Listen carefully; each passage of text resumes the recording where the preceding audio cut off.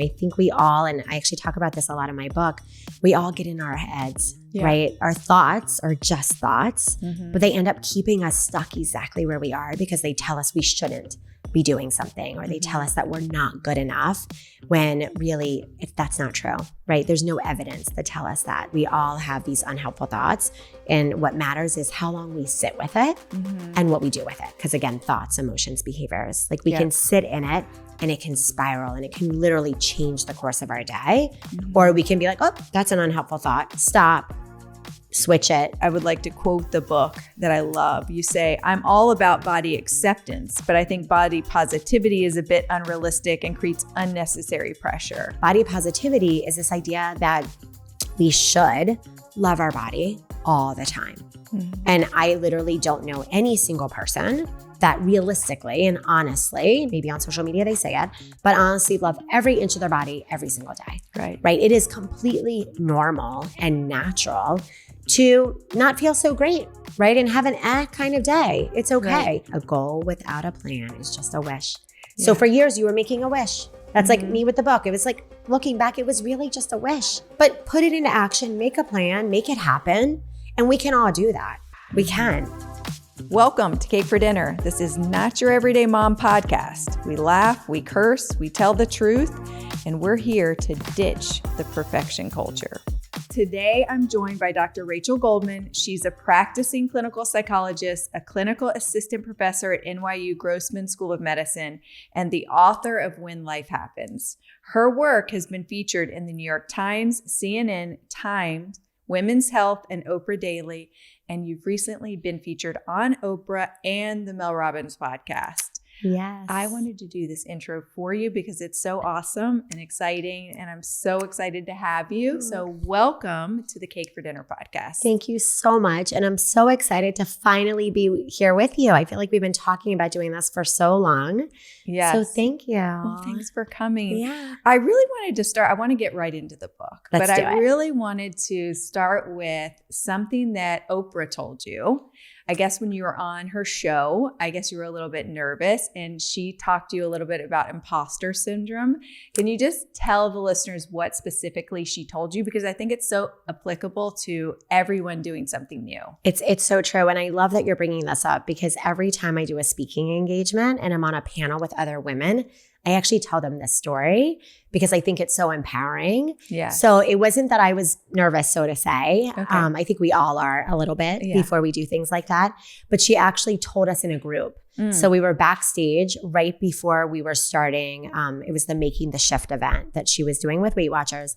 And right before it started, she said to all of us, I don't remember if it was like kind of in a group or individually and then in a group, but it was kind of to all of us at the same time, that you are here for a reason. And no matter what I ask you on that stage, like obviously I'm paraphrasing a little bit right now, but no matter what I ask you on that stage, I want to make sure that the message that you came here to share is the message that you're going to share. And I think it just really stuck with me that somebody like Oprah took the time to say that to us. Yes. Which I think was just incredible, because I think it's a reminder for all of us that we are where we are for a reason. Yes. And make sure that we believe that, and then to share our message, because we all have a message to share.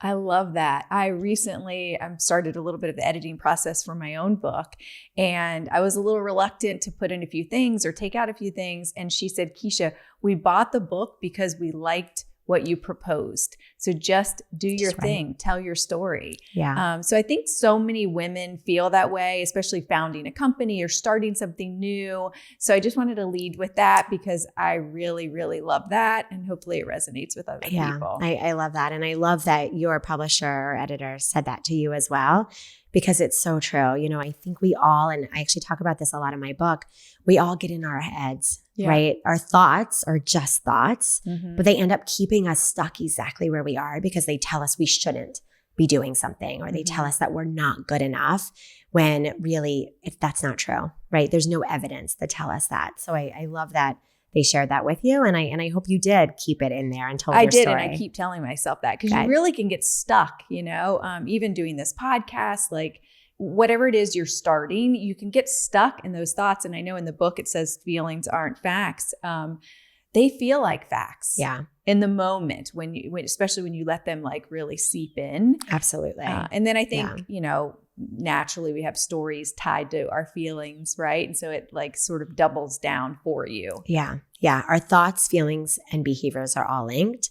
So, in the moment, it can really feel like that. And that's when we need to just kind of pause and be like, okay, where's the evidence? Where's the truth to this? Is this really true? Right? Or is this something I would say to a friend? I always say it's like kind of a hack, right? Yeah. Is this something I would say to a friend, or is there truth to this? Almost always no. Right. Exactly. Right.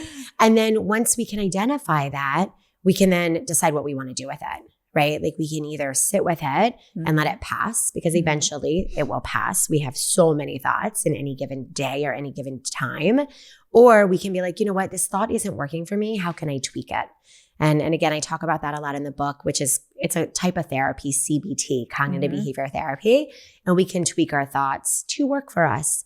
And, I don't believe that we should change them in a way that makes them super positive though, because that could be unrealistic, right? Like you don't want to be I love this part of the book. Yeah. So get into that. Yes. Let's just skip right to that. So positivity. Yes.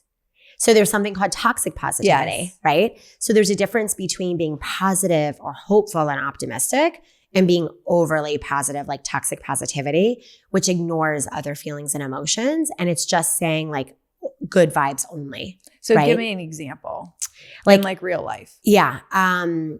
Well, it could be like everything happens for a reason, or it could be, well, at least I never like to say like bad things happening, but like, well, at least this didn't happen, right? Or it could be worse. That's a good example. It could be worse, right? Which totally tells you, ignore your emotions. It could be worse. Sort of invalidates how you probably feel. Yes, it absolutely invalidates how you're feeling.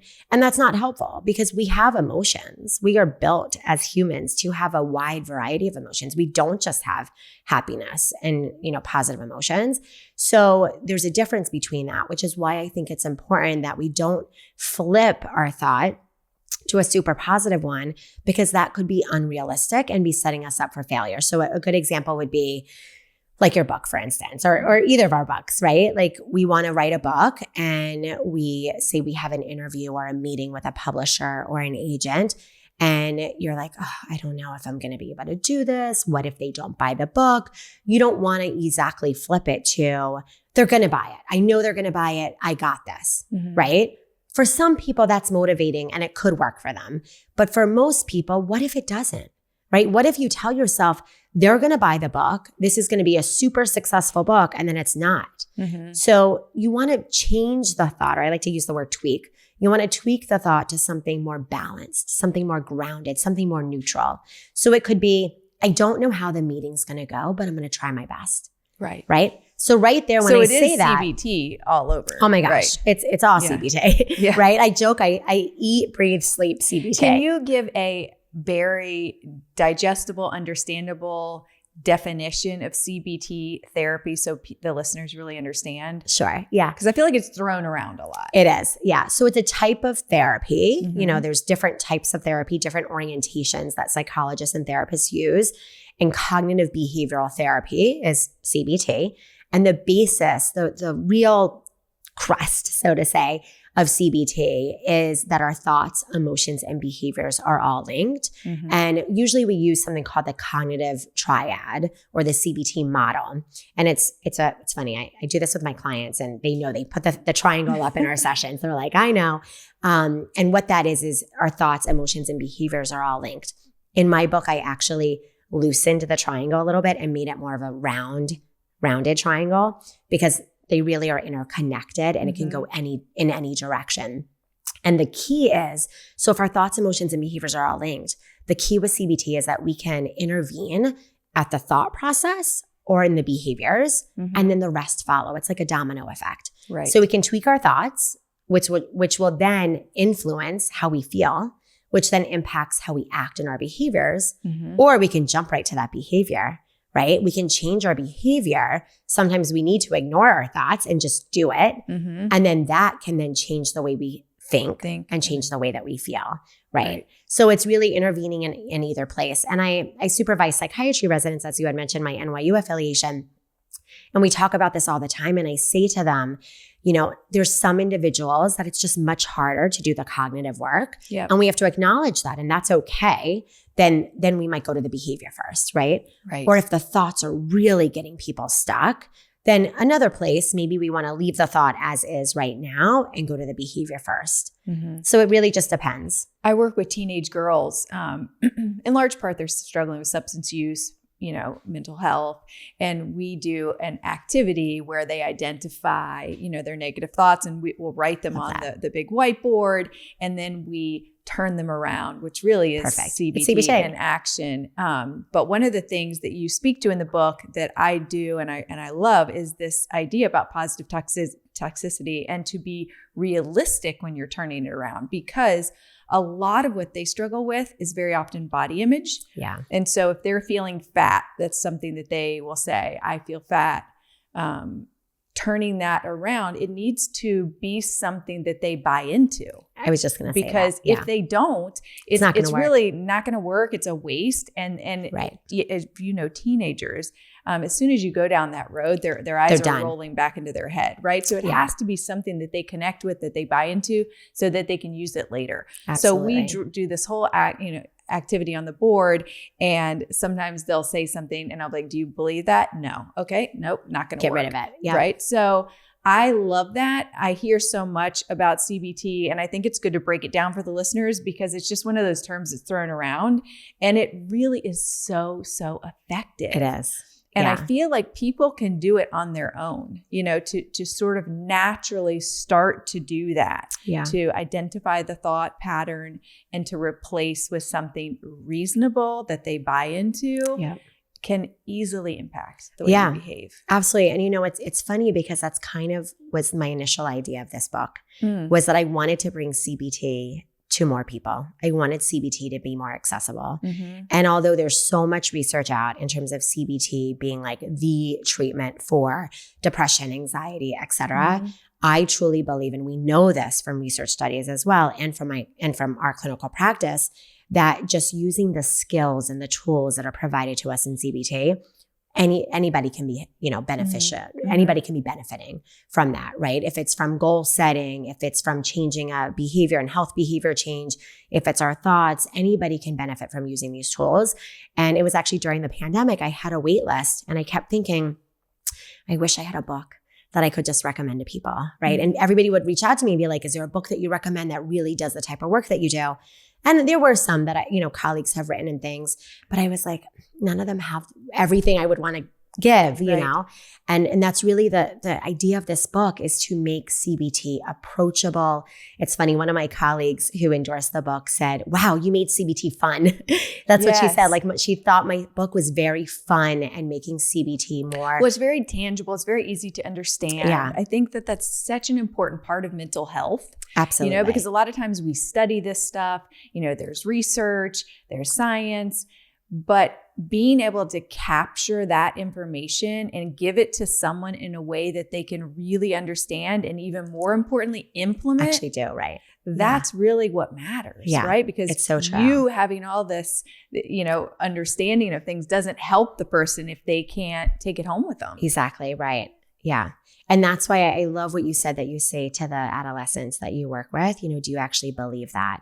Yeah. Because if you're not going to believe it, why are you going to do it? Yeah. Me buying in doesn't help anybody when you're at home upset in your room. Yeah. Right. Or like, because I know that it works, right?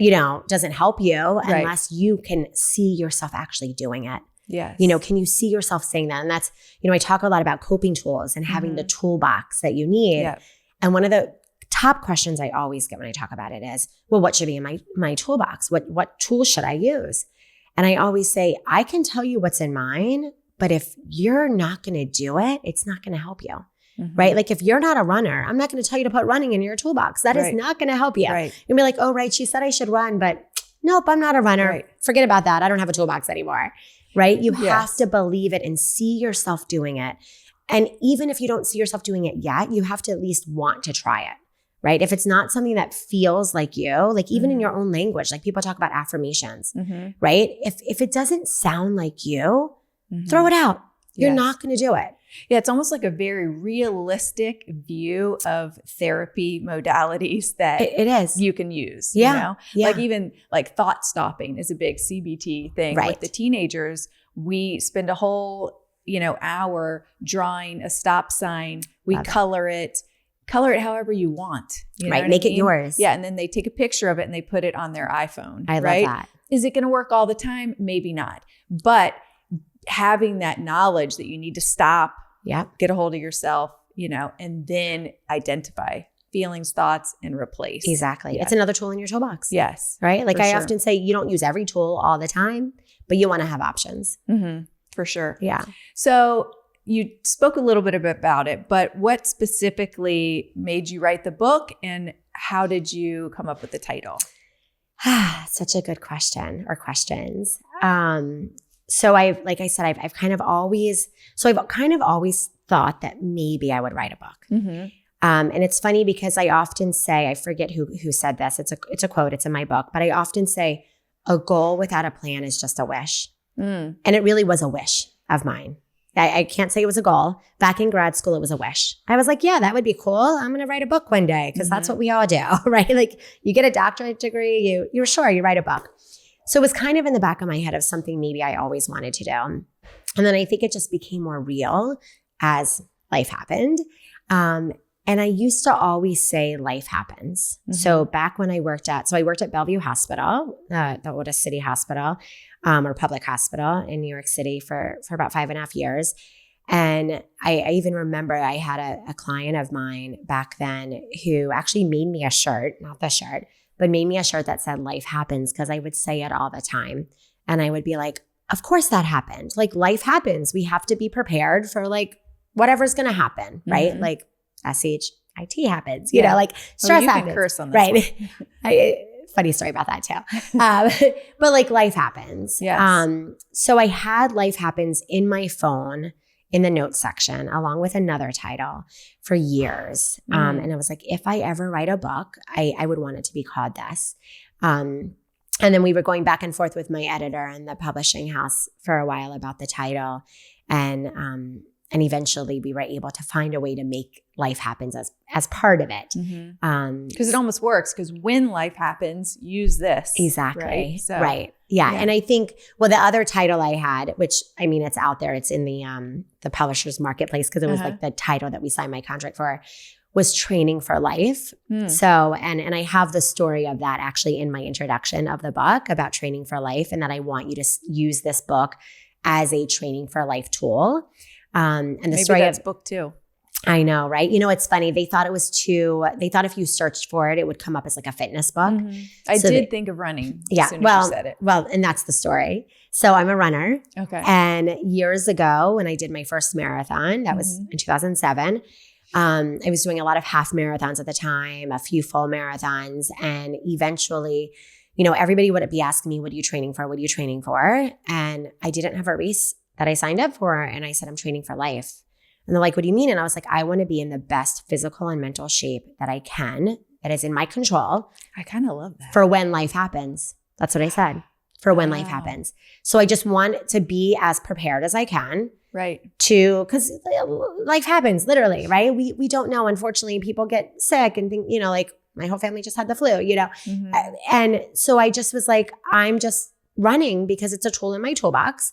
And it's going to help me stay in the best physical and mental shape that I can. For me, it's what works for me, not for everybody else. Which is so much broader and bigger and more important than the next race. Exactly. You know? Yeah. So I used to just say, I'm training for life. What are you training for? I'm training for life. I'm training for life. I'm training for life.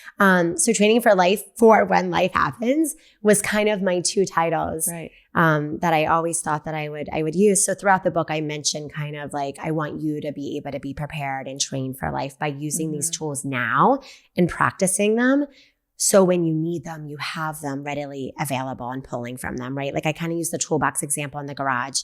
Like it just sits there, the tools, and they get rusty and they get old and you forget how to use them. But if we pull them out and we're regularly using them, then when you really need it, like it's like, oh yeah, I know what to do. And the CBT is important and so useful. You can use it every day. Exactly. I don't think people realize how frequently they have negative thoughts. Yeah. I do another exercise with the teenagers where we close our eyes and we just sit for a minute. Which is and hard they for have people. Very hard, especially for 16-year-old girls. Yes. They have white beans on the left and black beans on the right. And anytime they have a negative thought, they push a black bean forward, and a positive thought, they push a white bean forward. It's not bulletproof, but the idea is for them to just sit for a minute and realize how many negative thoughts, first of all, how many thoughts you have. I was just going to say, wild. Yeah. But then how many of them at that stage in life specifically are negative? And so let's identify that so that you can realize this activity is good and useful. But I mean, just how many negative thoughts a person has in a day is a lot. Yeah. And that's the first step, is just acknowledging, right, that like we're having these unhelpful thoughts, right? Mm-hmm. We can't change something if we don't know that there's something that we want to be changing. Yes. Right. So I love that you do that. And we could do that. Another CBT tool is self-monitoring, right? Mm-hmm. We can self-monitor, we can log those thoughts for a day, right? Every time you have an unhelpful thought, just jot it down. Mm-hmm. And then you're like, oh my gosh, like, and again, I like to remind people there's nothing wrong with you. Mm-hmm. We all have them. Right? We all have these unhelpful thoughts. And what matters is how long we sit with it and what we do with it. Because again, thoughts, emotions, behaviors, like we can sit in it and it can spiral and it can literally change the course of our day. Mm-hmm. Or we can be like, oh, that's an unhelpful thought. Stop, switch it, turn it around, tweak it, or just do something else.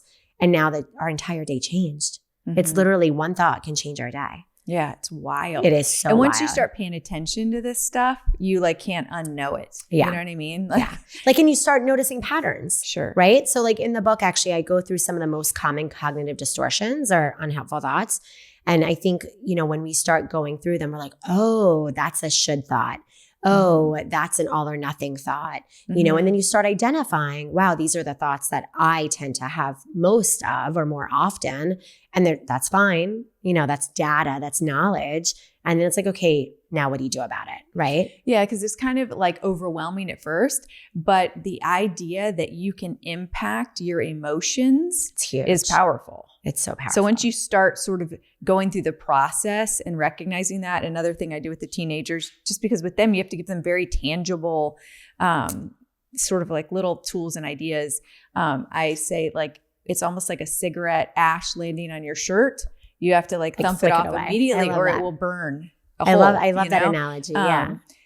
They do well with nicotine analogies. Yeah. Right. That makes sense. Yeah. Yes. So another thing, so I jotted down a few ideas in the book because I know we can't talk all day, even though I would love to. Yeah. One of the things you talk about is hustle culture. So my podcast in large part is for moms or specifically moms, but really women. And I feel like the hustle culture is something that you're almost, it's almost like you take pride in it, but the science says it's not a good idea. So talk to me about that. Yeah. And it's so funny because now I'm in Florida right now. And I often wonder, like, is it a New York City thing? Because it's not, but it really feels more hustle-ish when you're there. It does. Yeah. Because when I get out of New York City, I'm like, wow, the rest of the world is just slower. Right? Yes. But the pressure, the societal pressure of doing more and go is still there. I think we just don't see it as much outside of New York City, but it's all here, right? Like back to our thoughts. It's I should be doing more. I'm not doing enough. Or it's almost worse here because you're hustling and it doesn't feel like the world is hustling. Oh, in New York, you feel like go. people are hustling next to you. Yeah, because we're all rushing to work, rushing here, so rushing there. Here, you might be hustling and there's a retired person in front of you. Do you know what I'm saying? Right. As you said that, I'm literally imagining you're in the car and your brain is go hustling and you're like stuck behind a slow driver. Yes. Right? Whereas in New York, I'm zigzagging around everybody, jumping walking on the train. Right. Yeah. Like there's no stopping you. Like you are go. Yes. And there's no traffic light to stop you because if you hit a red light, you just go the other way, right? Yes. You just zigzag your way through the city. But I think, getting back to the thoughts, right? It's all about the pressure, the societal pressure that I think is telling us for years now, but even more so, I think, thanks the pandemic, we did slow down, thankfully. But we went right back to this hustle culture for sure. It's almost like, oh, we missed out on all those years. We got to catch up. Right. I think that's the mentality right now. It's the pressures. It's also the comparisons. And I think social media, as much as I love it, that's how we met. As much as I love it, I think there's really some downfalls to it. And one big one is the comparison. It's looking at what everybody else is doing or what we think they're doing because it's a highlight reel and feeling left behind or feeling like you're not doing enough, right? Like I'm even hearing this now about books. I have so many colleagues that are like, should I write a book? And I literally said to one of them, she got upset at me actually. I said, that's a good question. I think you should take time to think about if it's something you actually want to do. And I think she just assumed she should write a book because everybody else is writing a book. Right. And it's like I say about running in your toolbox. If you're not a runner, you're going to be miserable. Like it is a process. It's a journey. Unless you want to write a book, like don't do it because everybody else is doing it. And I think it goes back to something I talk about a lot, which is pause. Let's just pause, right? We're all go, go, go. We're on that hamster wheel. And I think we lose sight of what really matters, especially when we start comparing ourselves to everybody else, what we think we should be doing. Right.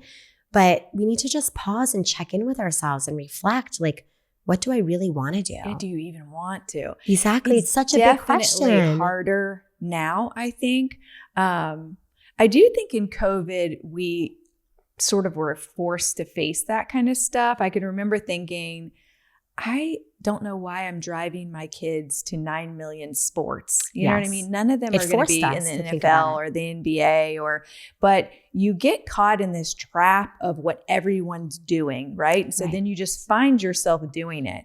I do think COVID gave people a moment of pause. Yeah. But I actually pretty really sure I loved it. Me too. I'm pretty sure we're back at it. We are. The one thing that I think is that you do have to have a decent dose of confidence in order to ask yourself what you really want. It's true. Because when you are looking at other people, which is a big part of why I want to do this podcast and why I want women to come on here and tell their truth, because people naturally do compare, right? Yeah. And I think as humans, we do, and that's okay. So it's important that if you want to show your great house or your great husband or whatever, like just make sure to like give a little bit of truth with it, because people are at home comparing. It's just the reality, you know? I like to go back to the why, So, even thinking about goals, what keeps us motivated is remembering our why. But I think if people want to show their house or show whatever they're doing, I think go back to, why am I doing this? Am I doing it for me, for validation? Okay, maybe some people are, and there's nothing wrong with that. But I think it's important to understand your why, right? Like a lot of friends on social media and colleagues talk to me about, they get so upset when they lose followers or this or that, or they're not growing as fast as they are. And I swear everybody comes to me to talk to me about all of these things. And I always say to them, but what's your why? Are you there to have 100,000 followers just for the number? Or are you there to make an impact? Right? And at least for me, I get, and I'm sure this happens to you also, we get messages that we changed one person's life, right? Or one person really resonated with some content. I recently actually had somebody really say to me that, my content or me responding to them literally saved their life. And that's my why. Right. And I remind myself of that all the time. There's no better why. Right. So you know what? I don't have 100,000 followers, and that's okay, because I know that what I'm doing is why I want to be doing it, right? Like years ago, and this is why I have a social media account now and why I left my hospital job. I used to say all the time, I feel like I'm saying the same things over and over again, but behind a closed door, seeing 10 to 12 patients a day. And I used to joke, I want my messages on a billboard. And that's why I created my social media account. And that's eventually why I wrote this book. But my why was because I felt like I had messages that I wanted to get out there that were simple messages that could really change people's lives. So if I lose a few followers and I don't have 100,000 followers like some of my colleagues do, it's okay. And I think we can all lose sight of that, which is why we have to go back to our why. Why am I doing this? Especially in this space, it does get a little laborious and intense and can be discouraging. Absolutely. If your goal is just the number. Yeah. I mean, you get burnt out though so quickly, right? I had my Facebook and Instagram get hacked. Oh my gosh, recently. That's the worst. And at first I was panicked, but then like you, I'm very rooted in my why. And I'm also very rooted in reality. And I know that like I am here to help and to impact teenagers and women. I feel very grounded in that. And I know that if somehow this all goes away, I can still do that. Okay. But what I really identify with what you said is that I've been doing that for 20 years, but it's been just me and one woman or me and one 16-year-old. And in order to reach more people, it is a great tool. Absolutely. But worst case, that all goes away and I just go back to helping one person at a time, which ultimately helps me. I mean, when I get messages like you're talking about, it's like, I mean, it's the reminders that we need sometimes. So amazing. Right? Yes. Yeah. Because what else are we here for? Right. And like getting a master's degree, and in your case, you know, being a clinical psychologist and having all these tools, it only seems right to share them. Yeah. Yeah. And again, you know, I think when I was in graduate school, I mean, we didn't have Instagram then. We had Facebook, but Facebook was used in a different way than it is now. You know, literally it was to connect with high school friends and home friends. But, you know, I absolutely agree. And now because these platforms are available to us, you know, which is why I was interviewed for something about my experiences with Oprah. And I remember saying like, yes, like, of course I was going to do that because like I can get my messages on a larger platform, right? Like if I have messages that I think can help other people, why am I going to limit that? Right. So, I mean, saying yes is just saying yes to these opportunities to be able to share those messages with more people, right? That's why I'm here with you today, right? Yes. We all have different communities and different audiences. And if one new person can be like, oh my God, like, yes, I'm going to do that. I want to try that. I could see myself doing that. Like mission accomplished. I love that you're still going on. I mean, you've gone from Oprah Winfrey to Mel Robbins to Cake for Dinner. Like I do really appreciate you. I was so excited to come today. Are you kidding? I just think that's so special. No, it's amazing. Another thing that I would like to quote the book that I love. You say, I'm all about body acceptance, but I think body positivity is a bit unrealistic and creates unnecessary pressure.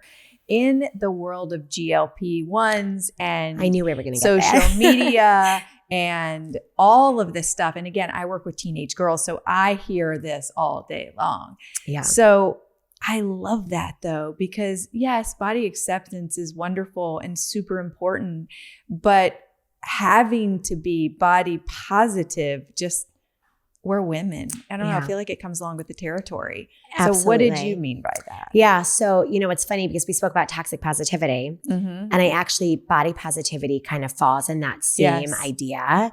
And I kind of compare them in a way. But I love that it's so specific to body. Yeah. So I have a whole chapter about body image because it is a topic that I am very passionate about. And I think all women at one point in their lives really struggle, I would say, with their body image, right? And I want to change what I just said, even not one point in their lives, multiple times in their life. It could be yesterday, it could be now, it could be tomorrow, right? It could be even a minute out of today you had a poor body image thought, right? So, but toxic positivity, like body positivity, it's unrealistic. You know, it's this idea, toxic positivity, again, the idea that, you know, not all of your emotion, you know, that we should ignore a lot of your emotions and invalidate that. Body positivity is this idea that we should love our body all the time. And I literally don't know any single person that realistically and honestly, maybe on social media they say it, but honestly love every inch of their body every single day. Right. Right. It is completely normal and natural to not feel so great, right? And have an kind of day. It's okay. Right. Especially women, hormones, like different phases of our life. I'm in menopause. I was just going to say, oh my gosh, I'm in perimenopause as I'm like sitting here sweating probably, you know. But so body acceptance, I think is important, that we need to accept that this is my body, right? Especially because we change so much. You go through so many phases. So body acceptance, not only is it more realistic, but it's also more attainable, you know. Absolutely. It's like, and I feel like you really get to the peak of acceptance in menopause It's such a special time. It really is. Yeah. Because you almost get to the place where you have to accept it, but it's easier because you've done so much. Yeah. You know, it's been such a journey. So you get to this point and it's kind of like. It's so interesting you say that because I'm not there yet. Mm-hmm. And I often say that I think pregnancy, at least for me, gave me a place of body acceptance and giving up or letting go of a lot of some rigid thinking, right? Like I had to be so flexible because you just don't know, right? Like you don't know how your body's going to change. And your body is going to change. Exactly. Whether you have want to accept it or not. Right. Yes. Exactly.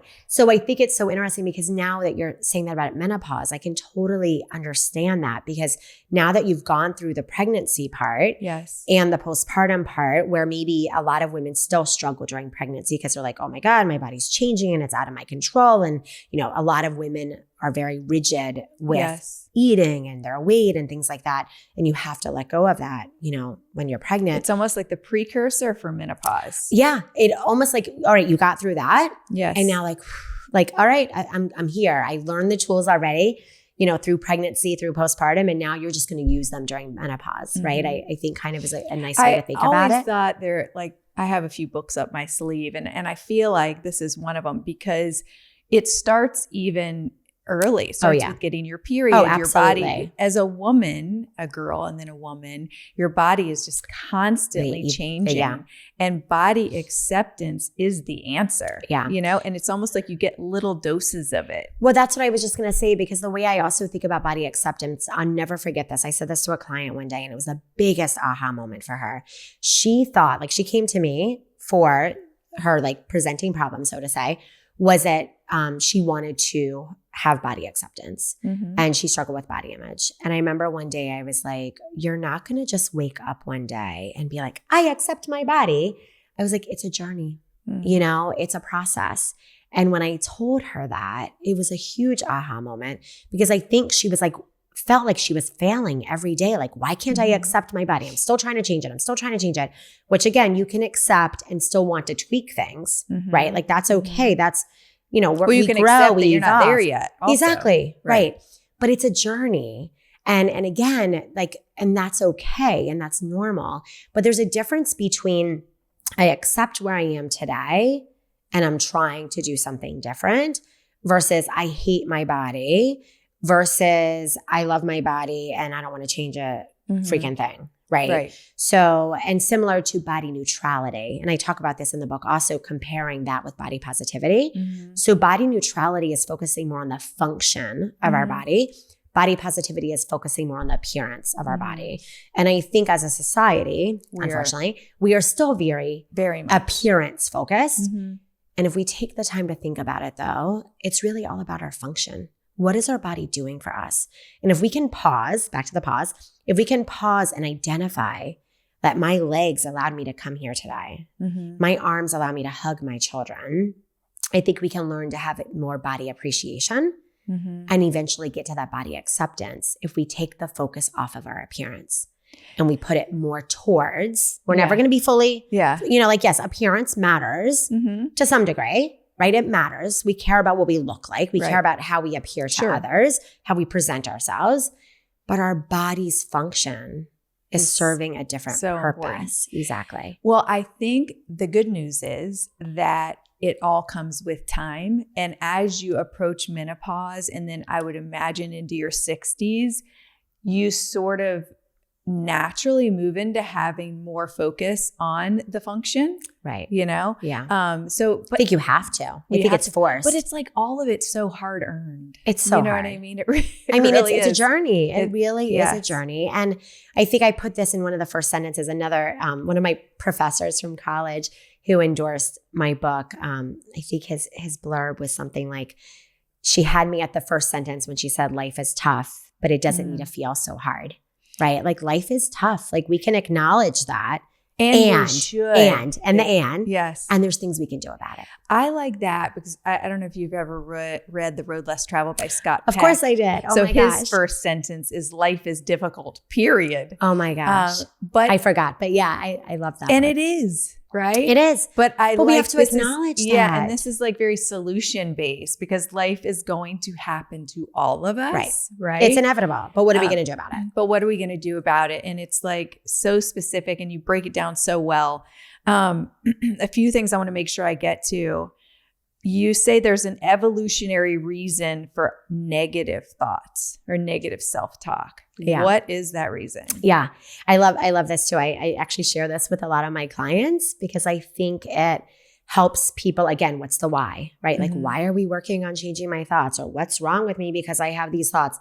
Nothing's wrong with you. All of our brains are wired this way. And the reason is, if we think back to years ago, I always like to use the example of our ancestors being in the woods, hunting and gathering food, hunters and gatherers, right?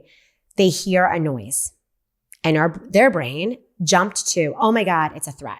It's a bear. It's somebody coming to get my food and I need to survive and I need food, right? So they jumped to worst case scenario in order to survive. They needed to jump to worst case scenario in order to get their food and survive. Right. But our brains are still stuck in that period. Our brains are wired to protect us. Our brains are wired for survival. But survival today looks very different than then. Our now worst case scenarios are the comparisons, the social media traps, all these things that are a little different, right? It's not immediate danger. Exactly. But I like it because it's such a more positive look at the why, right? And that there's nothing wrong with you and your brain's made this way, but we can retrain our brain. Right. Because because at this point, and with a lot of evolution, it's not helpful. Right. It was helpful then. Right. And don't get me wrong, anxiety is here for a reason. Sure. Right. We have anxiety to protect us. We have these thoughts to protect us to a degree. Right. Like I always say, it's good to have a plan. Again, a goal without a plan is just a wish. It's good to have a plan and to think a little bit of worst case scenario, a little bit. So for instance, like another thing I do with my clients a lot, speaking of body image, is like, say you go home for the holidays or you're going to see family you haven't seen in a while. If you know they're going to make comments that are going to be upsetting to you, put a plan in place, anticipate that. Yes. A lot of those thoughts can be helpful to help you be prepared. But we're not jumping to like worst case, right? Everything is on a continuum. The worst possible extreme is probably not going to happen. And maybe the best case scenario is probably not going to happen, something in between. Sure. But thinking of the worst case scenario can help you to a degree. But again, it's how long you stay there. So your brain is wired to protect you, right? So, okay, that could happen, the what if, but is it really going to happen? Probably not. What's a more realistic thought? That's probably going to happen. Let me be prepared for it, right? But the great news is, and this is based in psychology, learning theory. We learned something, we can unlearn it, we can learn something new. So our brains are wired that way. We can retrain our brains by doing these small tweaks and practicing, like even by saying, that's not so helpful. It's probably not going to happen. What's more helpful? Okay, that's what I'm going to think about. The magic is in the practice. Absolutely. Yeah, we have to practice. Yeah, I love that. So we are almost to the new year. So let's talk a little bit about your ideas around goal setting. You say in the book that it's important that you make it specific. Yeah. What do you think about New Year's resolutions, and how do you relate that to goal setting? Yeah. So even though the book is coming out in April, yes, I still talk about this in the book because I like to use New Year's resolutions as an example of big, lofty goals that just don't work. Yeah. Right. And why it's more important to set a lot of stopping, never. Exactly. Right. So big New Year's resolutions tend to be big, lofty goals that people set year after year after year after year and never accomplish. There's actually a specific, I think it's around 9%. Around 9% of individuals actually accomplish their New Year's resolutions. Oh no. It's insane. Only 9%. Right. I think I had the I'm going to stop drinking was on my New Year's resolution for like 10 years. Of course. Before I quit drinking. Well, and that's a very common one, right? Like either I'm going to stop drinking, I'm going to lose weight, I'm going to stop smoking. I had all three, bless my heart, for like 10 years. Well, and a lot of people do. I think those are ones that probably on top of the list for most people.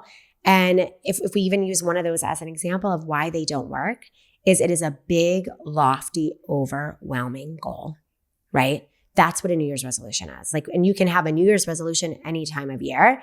You just set this big, lofty, unrealistic goal that is probably not going to work. So right? what is a better approach if people still want to have goals? Yeah. And goals are important. We want, like, I think, growing and evolving is great. Self-growth, right? Like I often say to people start therapy usually when there's a concern or a problem, but people stay in therapy for this self-growth.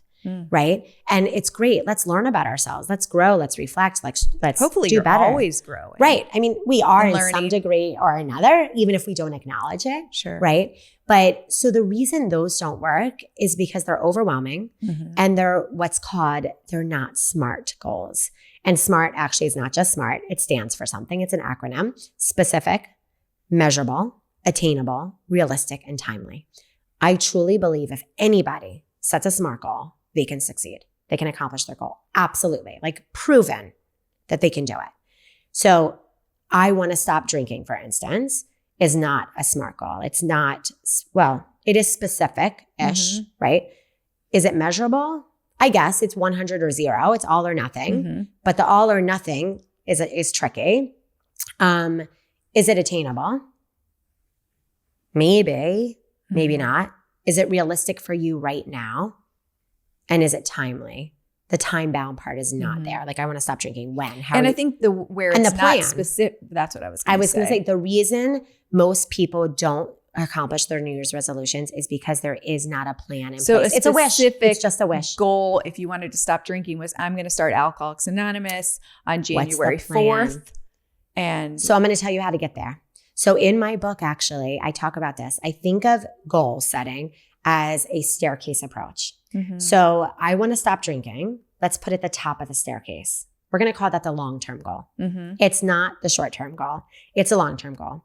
And I'm going to ask you, first, what does that mean to stop drinking? And how are you going to get there? The how are you going to get there, we put on the next step. But then how are you going to get there? But then how are you going to get there? Then how am I going to get there? Then how am I going to get there? And then you get to today. What can you do today that is one step closer to your goal? And for you, or for somebody with this goal, might be, I'm going to research Alcohol Anonymous groups in my area. That's something. Is that specific?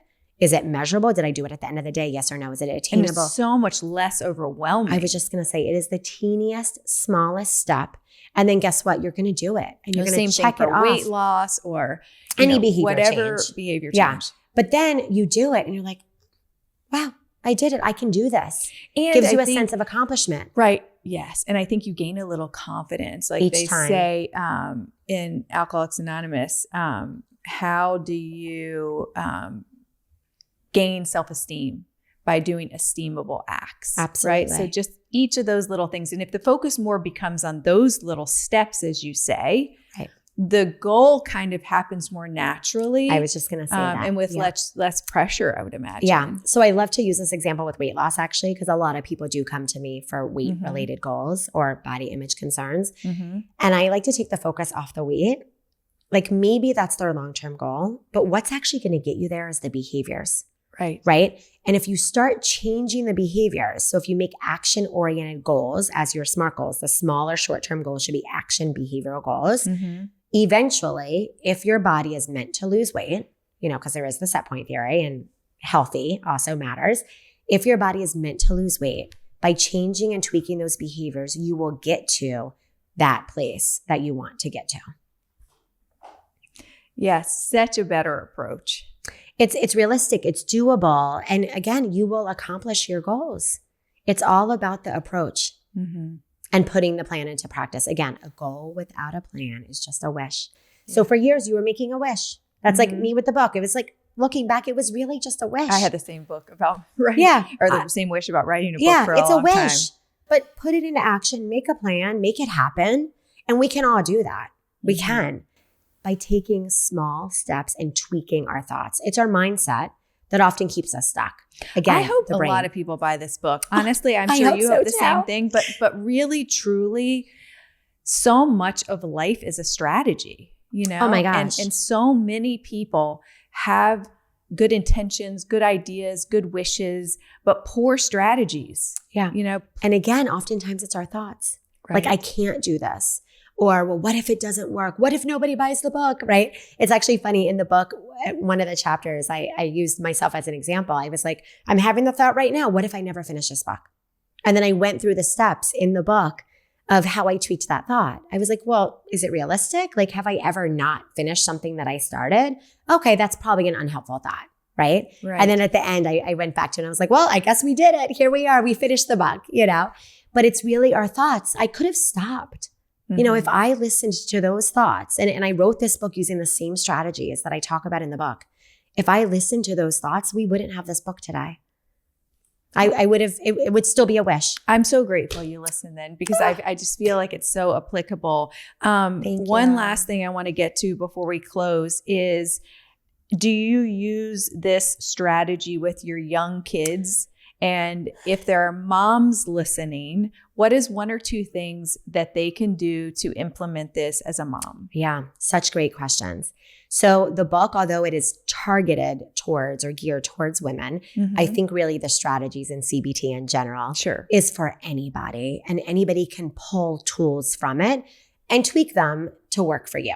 Right? So I use the strategies, but on a different level for my kids. So for instance, it's great. Even my 2-year-old knows how to do deep breathing the proper way, because we do it all the time, right? Like, even we were at the pool yesterday and she wants to jump in the pool and she's like ready to go jump, jump, jump. And I'm like, let's take a breather. Let's pause. Let's pause first. Let's take a breath. And she literally is like, it's amazing. Oh, it just like fills my heart, like, that she can do that. And same, I taught my son the same thing. It's a little harder. I think my son is 7, and, just a different age. When he was 2, he was doing it beautifully, like she was too. But, and actually even last night, I remind my son all the time, these are just thoughts. He has some fears like all kids do. Sure. And I remind him all the time, like, say to yourself, these are just thoughts. And then we flip it. And I'm like, do you think you can do it? And he's like, yeah. I'm like, so let's say that. Like, I think I can do this. Right? Oh, wow. I mean, to get that young, right? I mean, it's hard. It takes, repetition, but repetition. Even just to hear that from your mom. Yeah. I mean, I think about all the impactful things that my parents taught me. I grew up in a great house with great parents. Amazing. And the focus was more on, I think, values, and as a family, this is who we are. We don't lie. We do this. We don't do that, and different stuff. But at 51, how much that impacted me and how it impacted who I became is unbelievable. So your kids will become that. It's just inevitable. So. Yeah. And I want to just say for the listeners, if that wasn't you, if you didn't have that household growing up, that's also okay. And that's why we have things like my book and these tools available that you can still teach yourself these so things, many people right? learn it much absolutely. later. Yeah. And that's more common for sure. Yeah. But for the moms, I think a lot of this we can take and implement and integrate into our lives. And I think modeling is a huge thing, right? Modeling those behaviors, modeling. So my son seeing, even me going on a run and him being like, why do you have to go on a run? Now he knows, like, that's mommy time, right? Like, mommy needs this to be able to come back and be the best mommy to you if I get this little break, right? And modeling that behavior and explaining age appropriately, explaining that helps train them and understand these things. And it's not going to click right away. Likely later becomes their thing. I grew up in a fitness house and now I rely on fitness. Oh my gosh. For my mental health. Of course. I mean, that's why I work out. For sure. 100% my mental health. Yeah.